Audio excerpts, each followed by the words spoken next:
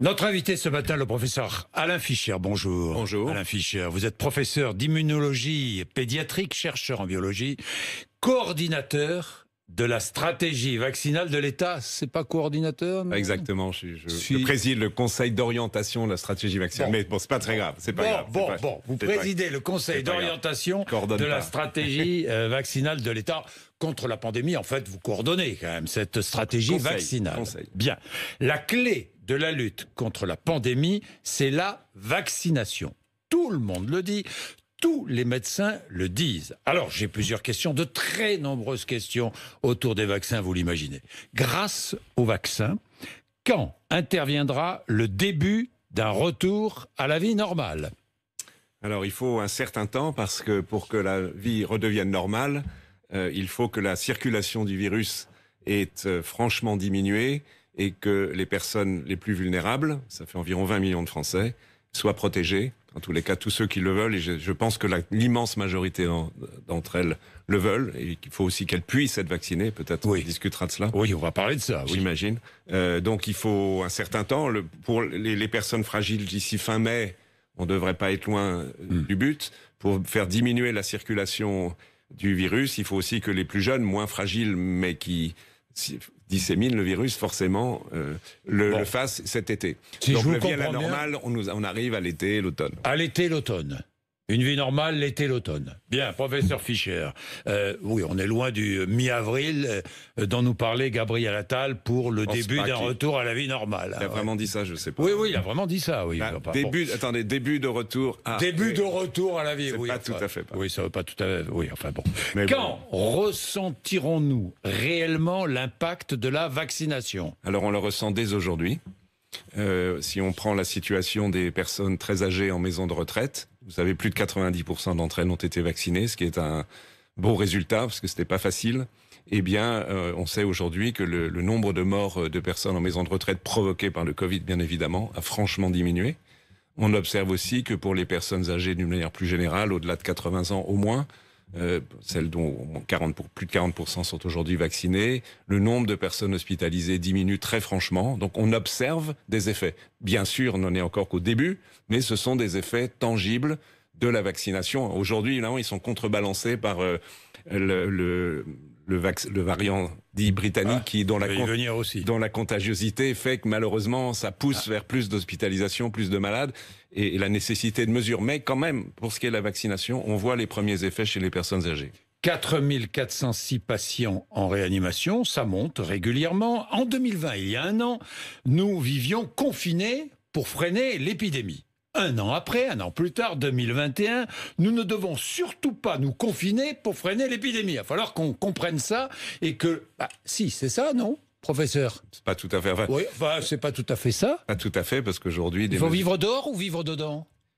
Oui, des mesures ont été prises dans tous les cas pour réduire les contacts entre individus. Je pense que le point critique, c'est les contacts. Les contacts, ils sont plus dedans que dehors, mais ils peuvent être aussi dehors. Bon, cela dit, on est un peu en dehors de la vaccination, mais enfin... En dehors de la vaccination, mais enfin, c'est une réalité. Bien sûr, c'est très important pour les citoyens de ce pays. D'ailleurs, quand vous voyez ce qui se passe à Marseille, avec ce carnaval de la plaine Noailles, 6500 personnes, toutes pas masquées. Beaucoup ne portaient pas de masque. Comment réagissez-vous? Je suis vraiment peiné parce que c'est une attitude irresponsable qui va complètement contre les efforts très importants des professionnels de santé en tout premier lieu, des autorités en général qui essaient d'organiser au mieux la protection et la sortie de crise. On en parlait il y a 2 minutes. Oui. Donc ça montre évidemment forcément aussi qu'il y a une certaine impatience, exaspération de la population, mais je pense qu'il faut tenir bon. On a tenu les uns les autres depuis 1 an, vous le rappelez, il faut encore tenir quelques mois. On a fait le plus gros du chemin, mais en attendant, c'est totalement irresponsable parce que les conséquences, elles sont inéluctables. C'est plus de malades, plus de personnes hospitalisées, sans doute plus de décès. Professeur Fischer, regardons la vaccination. La maire de Paris, Anne Hidalgo, demande l'ouverture de la vaccination à toutes celles et ceux qui le souhaitent. C'est possible ou pas? C'est pas vraiment une bonne idée. C'est pas une bonne idée. Oui, c'est pas un jugement politique en l'occurrence, c'est purement scientifique. Oublions la politique. Ça ne m'intéresse pas. Oui. Enfin, ça ne m'intéresse pas vraiment là. Allez-y. Pourquoi? Parce que la priorité, c'est vraiment celle qui prévaut depuis le début, et on n'a pas fini cette étape. C'est d'abord de protéger les personnes les plus fragiles, qui sont susceptibles d'être hospitalisées plus que d'autres, d'aller en réanimation plus que d'autres, et vous avez évoqué les chiffres qui montent, et qui sont susceptibles de décéder. Donc la priorité, c'est de sauver ces vies, et sauver en même temps, protéger autant qu'on le peut notre système hospitalier. À nombre de doses égales. Je pense qu'on en reparlera, le nombre de doses augmente. Mais un nombre de doses égales, parce que c'est ça la discussion. Est-ce qu'il est mieux de vacciner une personne qui le souhaite de 30 ans? On a envie qu'il se vaccine, bien sûr. Mais, ou bien est-ce que la priorité, c'est quand même pas une personne de 65 ou 70 ans qui a un diabète, qui est en excès de poids et qui risque d'être gravement malade? Il faut faire des choix, et le choix, c'est priorité toute. Il y a environ 20 millions de personnes à vacciner dans cette rubrique, en ajoutant les professionnels de santé qu'il faut vacciner évidemment et qui doivent se vacciner. Forcément, c'est 20 millions, et après on passera aux autres. Alors, professeur Fischer, 2 jours de vaccination, je me souviens, des samedis 6 et dimanche 7 mars, formidable, de belles images, vaccination à tout va, terminé. 6 200 000 Français vaccinés, une dose en plus de 3 mois, en près de 3 mois, pardon, une dose en près de 3 mois, 2 500 000 Français vaccinés, 2 doses en près de 3 mois, c'est bien cela. Objectif 10 millions, mi-avril, dans 3 semaines, mi-avril, il faudrait vacciner 4 millions de Français en 3 semaines, c'est possible ou pas? C'est maintenant un peu tendu, mais parce qu'il y a eu en même temps malheureusement... Attendez, laissez-moi vous expliquer. Mais il y a eu un double ralentissement la semaine dernière concernant le vaccin AstraZeneca, en termes de livraison et en termes de doutes, quelques doutes qui ont été levés, j'imagine. Mais donc ceci a ralenti un peu le rythme de la vaccination, c'est n'y peut rien. Mais au-delà de cela, on a une situation où il va y avoir quand même dans 8 jours plus de vaccins AstraZeneca. Il y a des livraisons importantes de vaccins ARN, dont le Pfizer.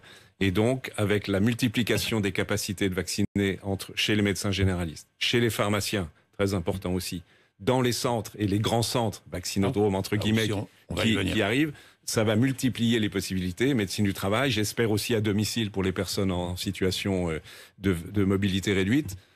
On aura des vaccinations en grand nombre. Ça fait 3 mois que j'entends ça. Non, on espère accélérer la vaccination. On a accéléré déjà beaucoup. Si vous regardez le rythme de vaccination de fin décembre à fin mars, enfin on n'y est pas tout à fait, on est absolument dans les lignes de ce qui avait été prévu. Et c'est pas linéaire, on n'a pas vacciné autant en janvier, en février, en mars. À chaque fois, on a augmenté. On a augmenté, je crois que janvier c'était 1,5 million, février c'était 2,5 millions, mars ça sera... professeur, je vous dis cela parce que je lis même Édouard Philippe, ancien Premier ministre, tout de même, qui dit « J'espère que les opérations de vaccination vont pouvoir accélérer ». Bon, mais donc, je répète, elles ont accéléré et elles vont continuer d'accélérer. Les raisons objectives de penser qu'il en sera ainsi, c'est qu'on multiplie les lieux et les personnes qui vaccinent, pharmaciens, ça va... Est-ce qu'on a les doses et ouverture de centres en plus grand nombre, y compris de grands centres. Est-ce qu'on a les doses comme vous voulez? Écoutez, à ma connaissance, oui, mais comme vous le savez, dans ce genre de choses, il peut y avoir des aléas. Il y en a eu d'assez sévères avec le vaccin AstraZeneca, des réductions de livraison assez importantes. Forcément, ça impacte. Si les choses, sur ce point précis, suivent les commandes qui ont été faites, ça sera jouable. Ça sera jouable, bien, professeur. Alors, justement, vous dites, les médecins peuvent vacciner quand ils ont les doses. Les pharmaciens peuvent vacciner quand ils ont les doses. Bientôt, les infirmières et infirmiers. J'espère bien. Les sages-femmes. Oui. Aussi. Les vétérinaires. Oui. Les vétérinaires aussi. Écoutez, d'une manière plus générale, la vaccination est certes un acte de soin, mais un acte extrêmement simple et qui peut être effectué avec une toute petite formation, à la fois sur les questions qu'il faut poser, sur la façon de réaliser, de préparer la seringue, sur la façon de réaliser le geste et ce qu'il faut faire juste après. Donc, plus il y a de personnes au sens large, de près ou de loin, impliquées dans la santé, et les étudiants qui puissent, après une formation, et je sais qu'il y a beaucoup de volontaires qui ont envie de le faire, et des retraités, etc., il faut y aller sur toutes ces professions, bien évidemment. Bon, vous allez ouvrir donc des vaccinodromes, on est bien d'accord? C'est pas moi qui les ouvre, mais l'État ouvre des centres plus importants. Il y en a déjà qui fonctionnent à une grande échelle. Oui. Est-ce que l'armée sera mise à contribution? Oui, je crois qu'elle est également impliquée, oui. Elle est impliquée, elle va être impliquée. Je crois bien, oui. Comment va-t-elle être impliquée? Elle sait faire, elle a une logistique, oui. elle sait vacciner et elle participera de ces activités. Encore une fois... C'est-à-dire que dans ces grands centres de vaccination, il y aura des militaires qui vont participer à la vaccination. J'espère bien, de la même façon qu'il y a des pompiers. Les pompiers sont très très impliqués, ce qui est bien. Oui. C'est très très bien. Encore une fois, plus il y a de corps professionnels et de compétences qui peuvent s'ajouter et vacciner, mieux c'est. Donc l'armée va participer, va se mobiliser pour cette vaccination. Elle s'est déjà mobilisée sur des aspects logistiques. Hein. Oui, sur les aspects logistiques. Lancement donc de grands centres. Tiens, je prends un exemple, le Stade de France, qui va vacciner. Très bien. Quand le Stade de France, vous savez? Je ne sais pas exactement, mais à partir du moment où c'est annoncé... On dit 10 000 personnes par semaine. Eh ben, très bien, oui, ça me paraît plausible. Hein. C'est plausible, il y a des centres... Qui déjà vaccinent à hauteur de 1000 personnes par jour, enfin donc ça fait 7000 par semaine, etc. Bien sûr, et en plus c'est important le Stade de France parce que c'est en Seine-Saint-Denis, oui. C'est un département oui. où il y a beaucoup de personnes en difficulté sociales, difficultés de santé aussi, où un effort particulier doit être mené pour rejoindre la vaccination au niveau que l'on observe ailleurs. Est-ce que ces centres de vaccination seront ouverts 24 heures sur 24 ? Je ne sais pas. Vous ne savez pas. Je ne peux pas vous donner la réponse. Moi, j'aime bien quand on me dit je ne sais pas. Mais moi, oui, quand je ne sais pas, je ne sais pas. Professeur Fischer, je ne suis pas dans cette organisation-là, je ne sais pas. Les vaccins et les variants, là, vous savez. Là, vous savez. Pourquoi dites-vous qu'à Mayotte et à La Réunion, il est préférable d'utiliser les vaccins Pfizer et Moderna? Alors, il faut repartir un mois en arrière. Oui. Nous avons, et donner une réponse un peu plus globale. La problématique actuelle de la pandémie, c'est que le virus a muté, ce qui n'est pas une énorme surprise, c'est ce type de virus mute particulièrement, et qu'il y a la sélection de souches virales qui sont plus contagieuses, éventuellement un peu plus virulentes. La problématique principale en France aujourd'hui, c'est le variant qui vient de Grande-Bretagne, donc par simplification on dit le variant dit anglais, qui représente l'immense majorité des cas d'infection. Ce variant est plus contagieux, d'où la situation actuelle qui est devenue plus difficile. Il y a également d'autres variants qui ont émergé au Brésil, aux États-Unis et en Afrique du Sud. Le variant dit d'Afrique du Sud est présent de façon très minoritaire en France ou dans des territoires outre-mer, et il est présent, alors cette fois-ci plus qu'ailleurs, à Mayotte et à La Réunion, et par ailleurs d'ailleurs en Moselle. Et dans la situation qui prévalait donc il y a maintenant à peu près un mois de mémoire, où on avait l'augmentation de prévalence de ces variants et une petite augmentation du nombre de cas, et par ailleurs le fait que nous n'avions pas d'informations sur l'efficacité, pas d'informations, ça veut dire que ça marche pas, hein, pas d'informations sur l'efficacité du vaccin AstraZeneca à l'égard de ce variant, il a été proposé de privilégier l'utilisation du vaccin Pfizer dans ces territoires. Alors que partout ailleurs où ce variant est quasi inexistant, aujourd'hui, la situation AstraZeneca est efficace contre le variant sud-africain? On ne peut pas le dire aujourd'hui, on n'a pas l'information. On n'a pas l'information. Je suis content que vous de vous entendre me dire ça. Il faut bien interpréter le propos. Ne pas avoir l'information, ça ne veut pas dire qu'il n'est pas efficace. Oui, il y a des mais données... on ne sait pas s'il est efficace. Voilà, on a des données... Bien sûr, on est d'accord, c'est juste on est d'accord. qu'il n'y ait pas d'erreur d'interprétation.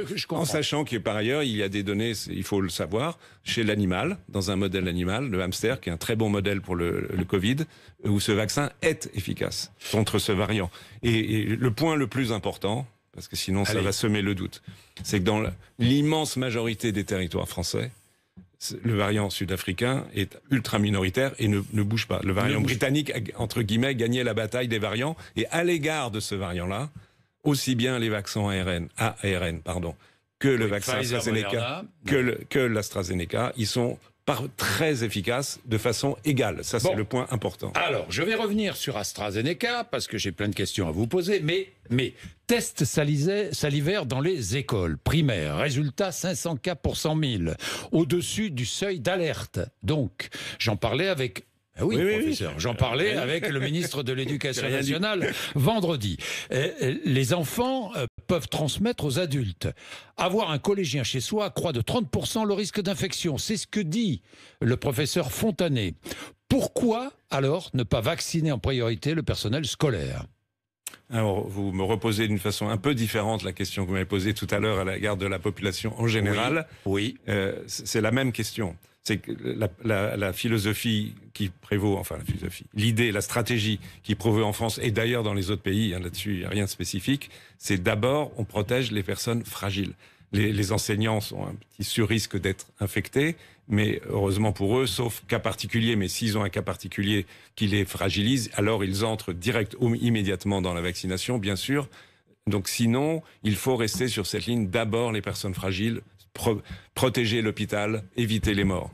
Puisque je parle des enfants, faudra-t-il un jour vacciner les enfants, professeur? C'est une question ouverte qui ne se pose pas aujourd'hui, qui pourrait se poser, on verra à l'automne, une fois que auront été vaccinés, donc d'une part les personnes vulnérables, deuxièmement, je l'espère, il faut que ça suive, l'essentiel de la population adulte en bonne santé, disons 18-50 ans. Et là, il y a un travail de pédagogie à faire pour les convaincre de l'importance de la vaccination. Quelle sera la situation à ce moment-là? Est-ce qu'on aura obtenu cette immunité de groupe ou quelque chose qui s'en rapproche, qui fait que la circulation du virus est très faible ou pas? Si c'est pas le cas et qu'il y a des données plus clair qu'aujourd'hui, c'est quand même pas tout à fait clair que les enfants ils contaminent, mais à quel degré, à quel point ils sont infectés, c'est envisageable. Des essais cliniques d'ailleurs sont en cours pour tester l'efficacité des vaccins chez les enfants. Il y a des essais. Il y a eu 12, 18, maintenant moins 12. Mais c'est pas du tout d'actualité. On verra. Peut-être que la réponse sera négative. Hein. On verra, mais c'est une option possible. Je garde mes questions sur AstraZeneca et sur les vaccins en général, mais j'ai plusieurs questions, professeur Fischer. Première question. Vacciner, est-ce que je transmets le virus? En vaccinant? Si je suis vacciné. Oui. Est-ce que je transmets le virus? Je dirais, est-ce que la vaccination protège contre la transmission du virus? Ok, d'accord.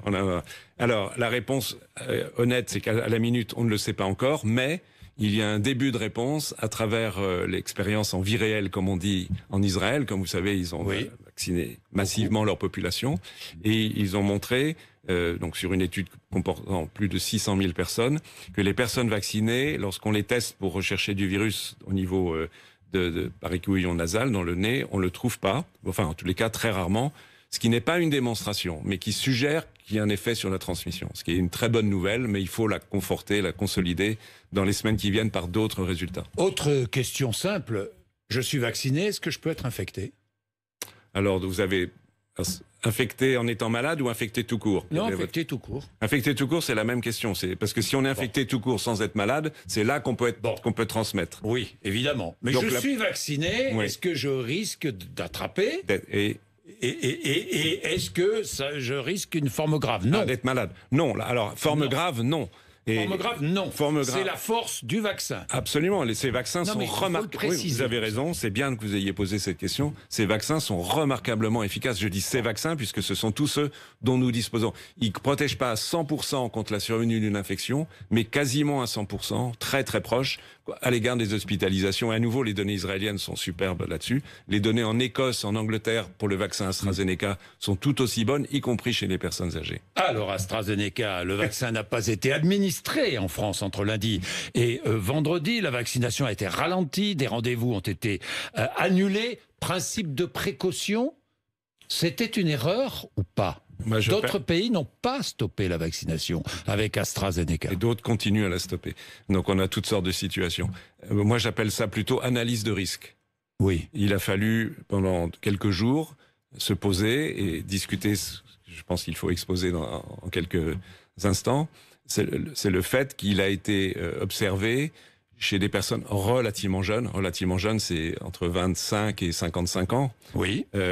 Quelques cas très rares, mais enfin d'une complication inhabituelle, enfin, d'une maladie inhabituelle, qui est la survenue de caillots dans les veines, notamment au niveau de la circulation cérébrale associée à des anomalies de la coagulation, avec un manque de plaquettes, enfin des anomalies très précises, et d'ailleurs, on le sait aujourd'hui, associées à certains types d'auto-anticorps.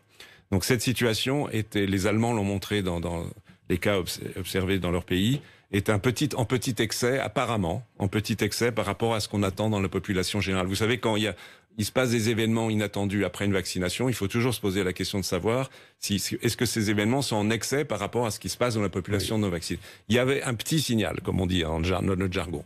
Ce petit signal, il fallait l'analyser, calculer le risque par rapport au risque de la maladie. Et la réponse à cette question amène à l'attitude qui a été préconisée et qui est en place depuis vendredi, qui me paraît tout à fait juste, c'est que il y a un petit risque chez les moins de 55 ans, donc on utilise le Pfizer. Au-delà de 55 ans, ce risque, on ne le voit pas. On utilise le vaccin AstraZeneca, ce qui permet de vacciner pleinement, ne en rien retarder la campagne de vaccination. Oui. Et éviter un risque faible. Enfin, sauf qu'à l'origine, il avait été réservé, ce vaccin, au moins de 55 ans. Hein, ce vaccin AstraZeneca. Oui, c'est facile à dire, mais oui. Changer la donne. Écoutez, je peux réagir sur ce point précis. Attendez, mais j'ai quand même juste une question sur ce que vous avez dit auparavant. Vous parlez de cas, très peu de cas, c'est vrai, très peu de cas. Des femmes, essentiellement. Surtout des femmes. Oui. Surtout des femmes. Est-ce qu'il y a un rapport avec la pilule ? On n'a pas l'information aujourd'hui. On n'a pas l'information. On a tout ça date d'il y a 8 jours. Alors ça rejoint vos deux remarques.